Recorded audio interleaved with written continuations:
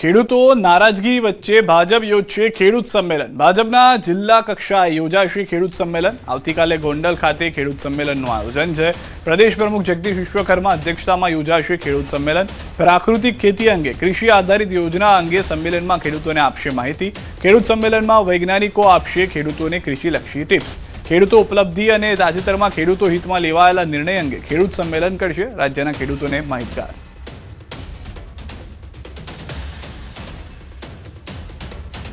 રાજ્યભરમાં દરેક જિલ્લાઓમાં આ ખેડૂત સંમેલન યોજાવાના છે અને જેમાં ખેડૂતોને પ્રાકૃતિક ખેતી સંદર્ભમાં વાર્તાલાપ કરીને માર્ગદર્શન આપવામાં આવશે.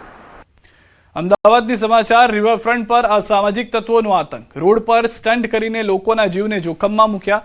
બેદરકારીપૂર્વક વાહન ચલાવી સ્ટન્ટ કર્યા. 4 વાહન ચાલકોએ રોડ બાનમાં લીધો. વિડીયો સોશિયલ મીડિયામાં વાયરલ થતા પોલીસ તપાસમાં લાગી છે. તો દ્રશ્યોમાં પણ આપ જોઈ રહ્યા છો અમદાવાદના દ્રશ્યો કે જ્યાં આગળ 4 વાહન ચાલકો જાણે રોડને રેસિંગ ટ્રેક બનાવી ચૂક્યા હતા અને બેફામ રીતે વાહન ચલાવી રહ્યા હતા. અન્ય લોકો ત્યાંથી પસાર થાય તો તેમના જીવ ઉપર પણ જોખમ ઊભું થાય તે રીતના આ વાહન ચલાવવામાં આવ્યા છે. તમામ ટ્રાફિકના જે નિયમો છે તે નિયમો અહીંયા આગળ તૂટતા જોવા મળી રહ્યા છે. અમદાવાદથી સમાચાર. લવ જિહાદ મામલે તપાસનો ધમધમાટ. કરીમ સિપાઈ સામે કાર્યવાહી તેજ કરવામાં આવી છે. હિન્દુ નામ ધારણ કરી અનેક મહિલાઓ સાથે કરી હતી છેતરપિંડી. ભોગ બનનાર મહિલાઓનું નિવેદન લેવાની કામગીરી શરૂ કરવામાં આવી છે. મોબાઈલમાંથી મળેલા ફોટા અને વિડીયોને લઈને FSLની મદદ લેવાઈ છે. આરોપીઓ હિન્દુ નામ ધારણ કરી નકલી દસ્તાવેજ બનાવ્યા. તેને લઈને કલમ ઉમેરો કરવા કોર્ટમાં રિપોર્ટ રજૂ કરાયો. કે એમને અગાઉ જે ખોટા નામ ધારણ કર્યા હતા એ આધારે એમના પોતાના લેપટોપમાં અને ફોનમાં એમને અલગ અલગ આઈડેન્ટિટી કાર્ડ પણ બનાવવામાં આવેલું છે. જે આધારે આપણા ફોર્જરીની કલમોનો પણ ઉમેરા કરવા માટે કોર્ટનો રિપોર્ટ કરવામાં આવેલું છે. અલગ અલગ મહિલાઓના ડેટિંગ વેબસાઇટ ઉપર એ ખોટા નામ ધારણ કરીને સંપર્ક કરવાનો પ્રયત્ન કરતા હતા અને એના કહેવા મુજબ અગાઉના અમુક જોડે ફ્રેન્ડશિપ પણ હતી. તે અનુસંધાને આપણા જે બીજી ભોગ બનનારો છે એમના આપણે નિવેદન અને એમના પુરાવો મેળવવામાં આવી રહ્યું છે. રાજ્યભરમાં ફૂડ વિભાગનો સપાટો જોવા મળી રહ્યો છે. ભેળસેળિયા તત્વો પર બોલાવવામાં આવી રહી છે દવાઈ. ઘી, ખાદ્ય તેલ, દૂધ અને પનીરના લીધા નમૂના. 5.89 કરોડથી વધુની કિંમતનો અખાદ્ય જથ્થો ઝડપાયો. 2.12 લાખ કિલોલીટરથી વધુ ખાદ્ય પદાર્થ પકડાયા છે. ઘીનો 39,787 કિલો જથ્થો જપ્ત. ખાદ્ય તેલનો 1.67 લાખ કિલો જથ્થો જપ્ત.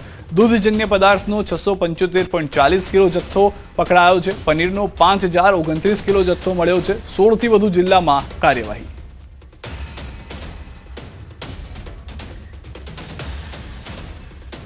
તો આ બધા જ લોકો ઉપર નજર છે.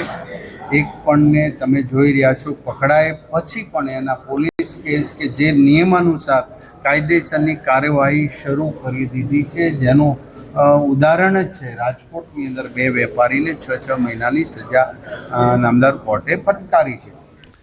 નીટની પરીક્ષા પહેલા મોટા સમાચાર. નીટની પરીક્ષા સુધી ટેલિગ્રામ પર પ્રતિબંધ. નીટની પરીક્ષા પહેલા કેન્દ્ર સરકારનો મોટો નિર્ણય છે. ભારતમાં 22 જૂન સુધી ટેલિગ્રામ પર પ્રતિબંધ છે. એડિટ ફીચર 30 જૂન સુધી બંધ રહેશે. છેતરપિંડી અને પેપર લીકની ફરિયાદને લઈને નિર્ણય કરવામાં આવ્યો છે. NTAની ભલામણ પર કેન્દ્ર સરકારે ભારતમાં ટેલિગ્રામ પ્લેટફોર્મ પર 22 જૂન સુધી અસ્થાયી પ્રતિબંધ લગાવવાનો નિર્ણય કર્યો છે, જે 21 જૂને યોજાનારી પરીક્ષા અને ત્યારબાદ પણ લાગુ રહેશે. આ ઉપરાંત 30 જૂન સુધી ટેલિગ્રામ પર મોકલેલા મેસેજને એડિટ કરવાની સુવિધા પણ બંધ રહેશે. NTAના જણાવ્યા અનુસાર કેટલાક સંગઠિત જૂથો નકલી ચેનલો અને ગ્રુપ્સ દ્વારા વિદ્યાર્થીઓ પાસેથી લાખો રૂપિયાની છેતરપિંડી કરી રહ્યા હતા. તેઓ પરીક્ષા પૂરી થયા પછી મેસેજ એડિટનો ફીચર દુરુપયોગ કરીને જૂના મેસેજમાં અસલી પેપર જોડી દેતા અને પેપર લીક થયાનો ખોટો દાવો કરતા. NTAએ સ્પષ્ટ કર્યું છે કે પ્રશ્નપત્ર સંપૂર્ણપણે સુરક્ષિત છે અને આ મામલે બિહાર, ગુજરાત અને રાજસ્થાન પોલીસ સતત કડક કાર્યવાહી કરી રહી છે.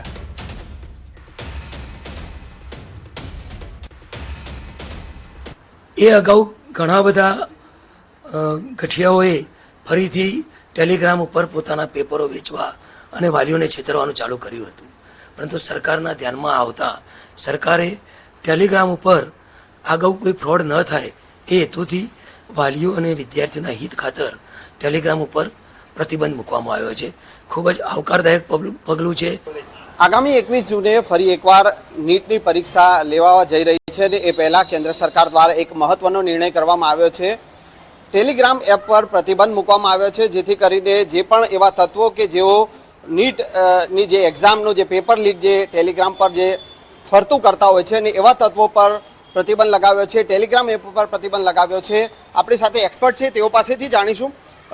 मैम, क्या कहेंगे जिस प्रकार से जो कि सरकार ने टेलीग्राम ऐप पे प्रतिबंध लगाया, नीट जिस प्रकार से पेपर लीक हुआ था, दोबारा ऐसी कोई हरकत ना हो, उससे पहले 20 जून तक जो है टेलीग्राम ऐप पे प्रतिबंध लगाया, क्या कहेंगे? सर, गुड स्टेप, ये बहुत ही अच्छा स्टेप है क्योंकि इतनी इम्पोर्टेंट एग्जाम है, बच्चों के लाइफ का सवाल है, जहाँ पे हो सकता है कि कहीं पे बच्चे कुछ गलती भी कर दे, कुछ एक्शन ले ले खुद के लिए. सो गवर्नमेंट ने ये जो स्टेप लिया है, ये बहुत ही समझदारी का स्टेप है.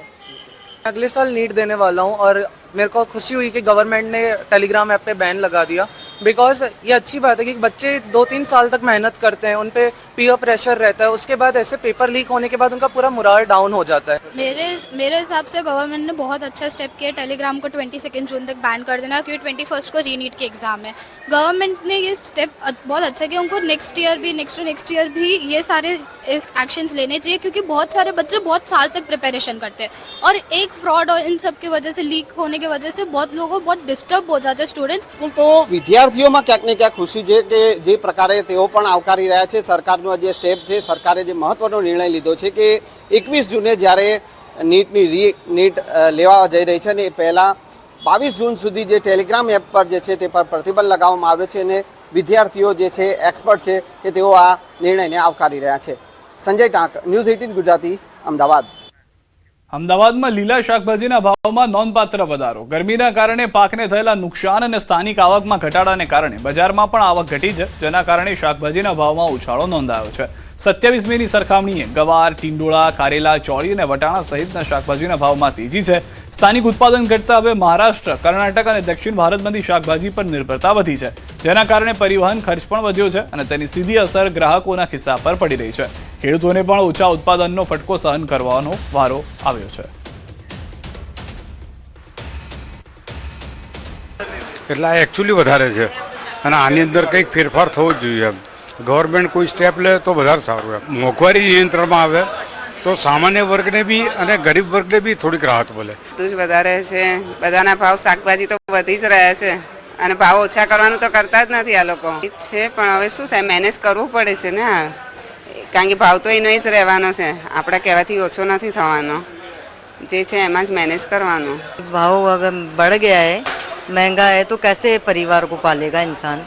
थोड़ा सा कम होना चाहिए, रिजनेबल होना चाहिए. ભાવ એટલે હવે સિઝન ઓફ થાય છે ઉનાળા આઇટમની, અને વરસાદના કારણે ગરમીને બહુ અતિશય ગરમી બી છે, એને લીધે પાક બગડી ગયો છે. કેમ કે ખેતરમાંથી જ 80% બગાડ આવે છે. અત્યારે 2 નંબર માલ આવે છે, 1 નંબર માલ બહુ ઓછું આવે, એટલે 1 નંબરનો ભાવ છે, 2 નંબરનો ભાવ ઓછો છે.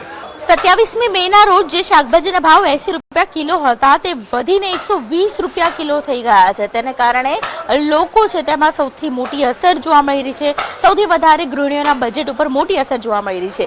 લીલાછમ શાકભાજી કે જેના ભાવ અચાનક વધી જતા ખાસ કરીને ગૃહિણીઓના બજેટ ઉપર સૌથી મોટી અસર જોવા મળી રહી છે. જે શાકભાજી માત્ર કહી શકાય કે 250 ગ્રામ લઈ શકાય તેવી પરિસ્થિતિ હાલ ઊભી થઈ છે. લોકો છે તે શાકભાજી ખરીદવા આવે છે, પરંતુ ભાવ સાંભળીને ચોંકી જાય છે, કારણ કે અચાનક જે ભાવ વધારો થયો છે તેના કારણે દરેકના બજેટ ઉપર અસર જોવા મળી રહી છે. અને જે પ્રકારે શાકભાજી મળી રહ્યું છે તેમાં પણ સૌથી વધારે બગાડ પણ નીકળી રહ્યો છે. જે ક્વોલિટી વાળું શાકભાજી પૈસા આપતા પણ નથી મળ્યું અને તેને કારણે ગૃહિણીઓ છે તેની રકઝક ખાસ કરીને શાક માર્કેટમાં જોવા મળતી હોય છે. હાલની પરિસ્થિતિને જોતા 120 રૂપિયા કોઈ પણ શાક લેતા લોકો છે તે ખચકાય છે, કારણ કે જે પ્રકારે ભાવ વધારો થયો છે, હજુ પણ શાકભાજીના ભાવ છે તે નિયંત્રણમાં આવે તેવી અપેક્ષાઓ છે તે લોકોની છે. દીપિકા ખુમાણ, ન્યૂઝ 18 ગુજરાતી, અમદાવાદ. ગીર સોમનાથથી સમાચાર. ઉનાના ઉમેજ ગામે દબાણ હટાવો અભિયાન. ગામ અને ખેતીની જમીનો પરના દબાણ દૂર કરવા મેગા ડ્રાઈવ. 300 વીઘા સરકારી જમીન પરની પેશકદમી દૂર કરવાની કવાયત. 16 થી 19 જૂન સુધી સતત દબાણ હટાવવાની કામગીરી ચાલશે. 30થી વધુ આંબાના બગીચાઓ ધરાવતી જમીન પણ કરાશે ખુલ્લી. 4 જેસીબી મશીન સાથે તંત્ર દ્વારા દબાણ દૂર કરવાની કાર્યવાહી, 21 પોલીસ કર્મચારીઓના ચુસ્ત બંદોબસ્ત વચ્ચે કામગીરી શરૂ, નાયબ મામલતદાર અને 8 તલાટી મંત્રીઓની હાજરીમાં દબાણ હટાવાયું. પીએમ મોદીની 12 વર્ષની ઉપલબ્ધિ અંગે ક્રિકેટર સાથે નડિયાદના ધારાસભ્યએ કરી મુલાકાત. ક્રિકેટર અક્ષર પટેલ સાથે નડિયાદના એમએલએ પંકજ દેસાઈએ કરી મુલાકાત. પીએમ મોદીના 12 વર્ષના શાસનની પુસ્તિકા ભેટ અપાઈ. મોદી શાસનમાં લેવાયેલો આ નિર્ણય અંગે ક્રિકેટર અક્ષર પટેલને કર્યા માહિતગાર.